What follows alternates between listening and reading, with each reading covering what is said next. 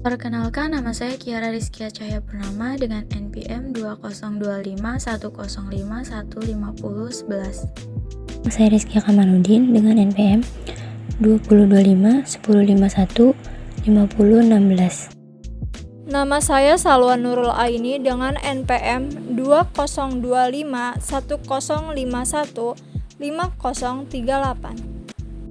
Perkenalkan, nama saya Muhammad Farhan dengan NPM 2023-1051-5234. Albert Bandura adalah seorang psikologi dan penggagas teori kognitif sosial. Aspek fenomenal yang berkaitan dengannya adalah eksperimen boneka bubu, yaitu suatu pembelajaran bisa diperoleh dari mencontoh suatu tindakan, modifikasi, inovasi, atau imitasi.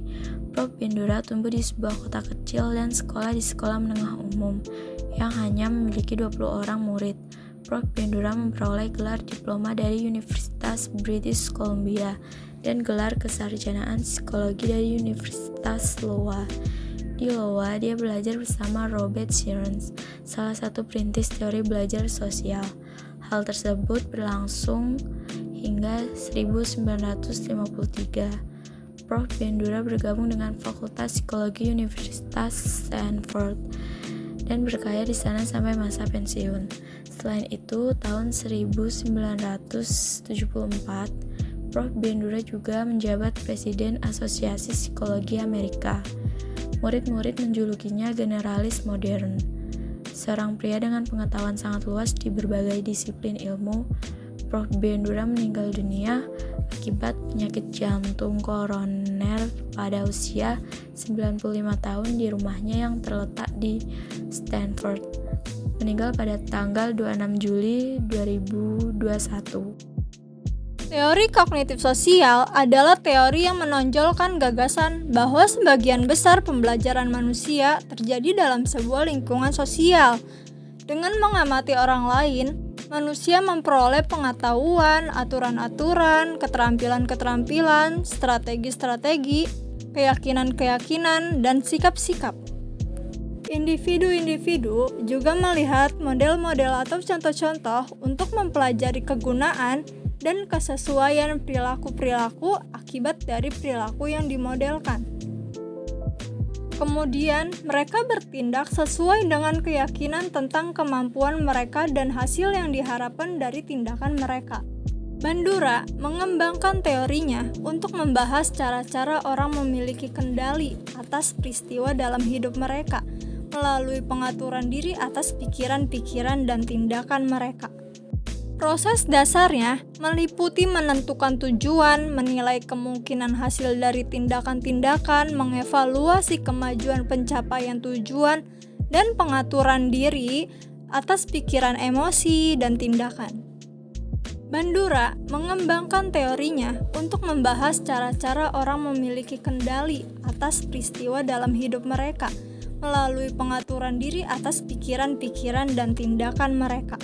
Bandura menjelaskan bahwa karakteristik khas lainnya dari teori kognitif sosial adalah peran utama yang diberikannya pada fungsi-fungsi pengaturan diri. Orang berperilaku bukan sekedar untuk menyesuaikan diri dengan kecenderungan-kecenderungan orang lain.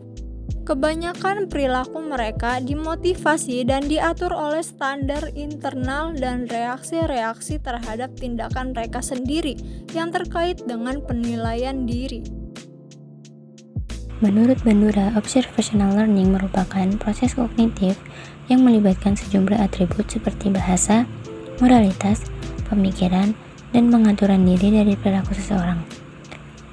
Artinya, individu tidak sekadar mengcopy atau meniru secara otomatis atau mekanis setelah mengobservasi lingkungannya. Individu akan memproses secara kognitif dengan menggunakan pertimbangan pengalaman sebelumnya, moralnya, cara pandangnya atau pemikirannya. Bahkan, ketika ia harus merespon, ia masih harus mempertimbangkan untung ruginya, memungkinkan atau tidak bagi dirinya untuk melakukan suatu respon, dengan cara apa ia merespon, atau menggunakan bahasa yang bagaimana.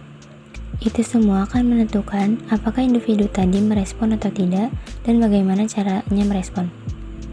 Bandura mengatakan bahwa observational learning merupakan atau mungkin juga tidak melibatkan imitasi. Social Cognitive Theory dari Bandura menjelaskan fungsi psikologis dalam pengertian triadic reciprocal causation.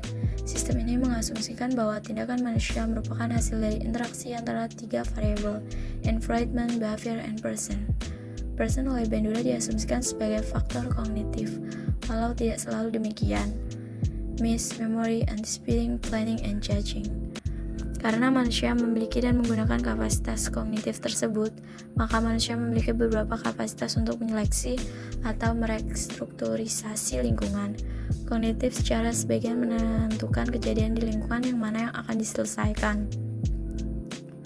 Nilai apa yang akan dilekatkan pada kejadian tersebut, dan bagaimana mengorganisir kejadian tersebut untuk digunakan di masa yang akan datang. Bandura mengkritik teoritis yang melekatkan penyebab tingkah laku manusia pada insting, drives, needs, atau intention. Menurut Bandura, kognisi ditentukan dan dibentuk oleh tingkah laku dan lingkungan. Behavior, tingkah laku.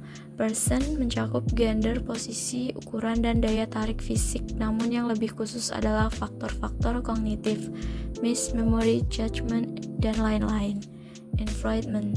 Lingkungan menjadi sumber utama bagi individu untuk belajar melalui observasi dan peniruan atau modeling terhadap perilaku orang lain.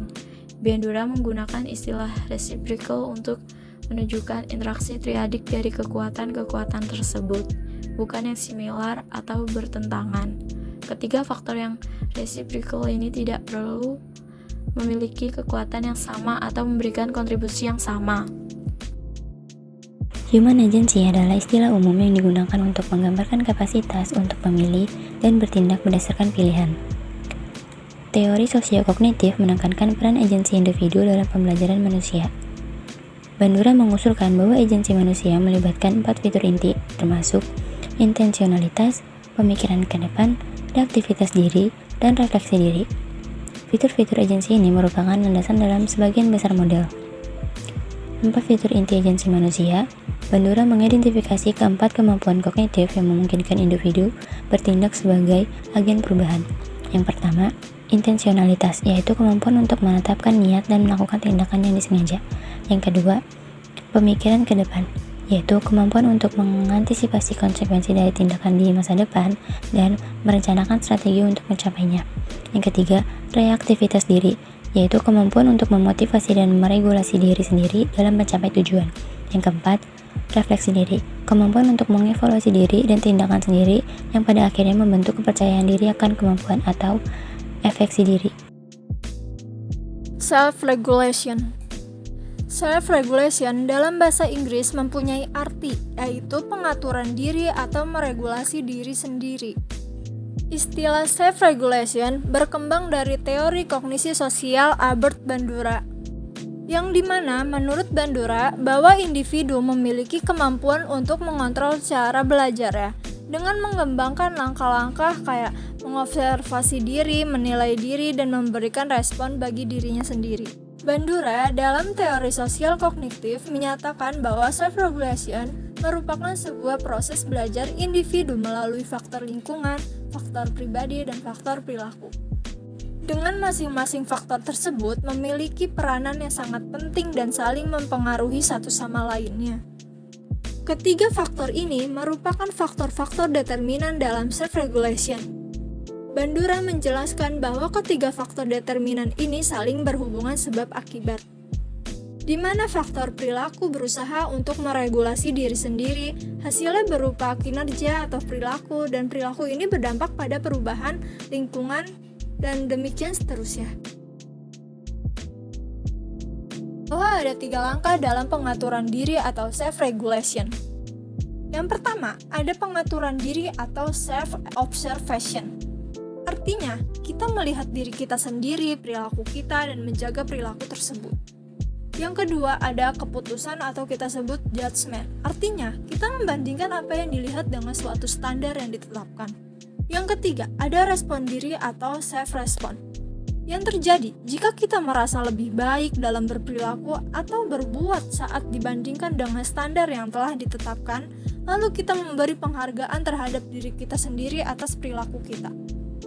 Bandura berpendapat bahwa self-regulation merupakan salah satu elemen dari teori kognisi sosial yang sangat bergantung pada proses kognitif dan sebagai sebuah kasus yang mewakili kemampuan individu untuk mengendalikan perilaku mereka melalui hadiah atau hukuman internal. Kemudian pada slide ini, saya akan menjelaskan mengenai dysfunctional behaviorism. Menurut Albert Bandura, perilaku disfungsional dipelajari melalui proses pembelajaran observasional dan modeling, di mana individu itu cenderung meniru perilaku, sikap, atau respon emosional orang lain yang mereka amati di lingkungan sosialnya, seperti dalam eksperimen boneka Bobo. Perilaku ini kemudian dapat diperkuat atau diperlemah oleh konsekuensi yang diterima oleh individu atau model, dengan faktor kognitif dan lingkungan yang saling berinteraksi dan memengaruhi. Mekanisme pembelajaran perilaku disfungsional. Yang pertama yaitu pembelajaran observasional atau bisa disebut vicarious learning, yaitu kondisi di mana individu belajar tentang perilaku yang sesuai atau tidak sesuai dengan mengamati orang lain. Kemudian yang kedua yaitu pemodelan atau modeling. Kondisi yaitu kondisi di mana perilaku, sikap, dan respon emosional ditiru dari orang lain. Bandura mengidentifikasi 3 model utama, yaitu model hidup atau individu nyata, kemudian model simbolik atau karakter fiksi, dan model pengajaran verbal atau deskripsi. Kemudian yang ketiga yaitu eksperimen boneka Bobo. Dalam eksperimen yang terkenal ini, anak-anak yang menyaksikan model dewasa bersikap agresif terhadap boneka Bobo, kemudian anak-anak itu meniru perilaku agresif tersebut. Di sini saya akan menjelaskan peran teori social learning behavior dalam kehidupan sehari-hari. Teori Bandura diterapkan dalam kehidupan sehari-hari melalui pembelajaran observasional. Pembelajaran observasional yaitu belajar dari mengamati orang lain. Kemudian pemodelan yaitu mengikuti perilaku positif dari model seperti guru, orang tua atau figur publik, dan penguatan atau yang dikenal reinforcement yaitu penghargaan atau hukuman yang memengaruhi kemungkinan perilaku diulangi. Contohnya adalah anak belajar sopan santun dari orang tua, karyawan baru mempelajari etika kerja dari rekan senior, dan siswa meniru cara guru berinteraksi. Dalam pendidikan, yaitu guru sebagai model, artinya guru menunjukkan sikap disiplin, jujur, dan bertanggung jawab untuk menjadi model perilaku bagi siswa untuk membentuk karakter mereka melalui observasi dan imitasi.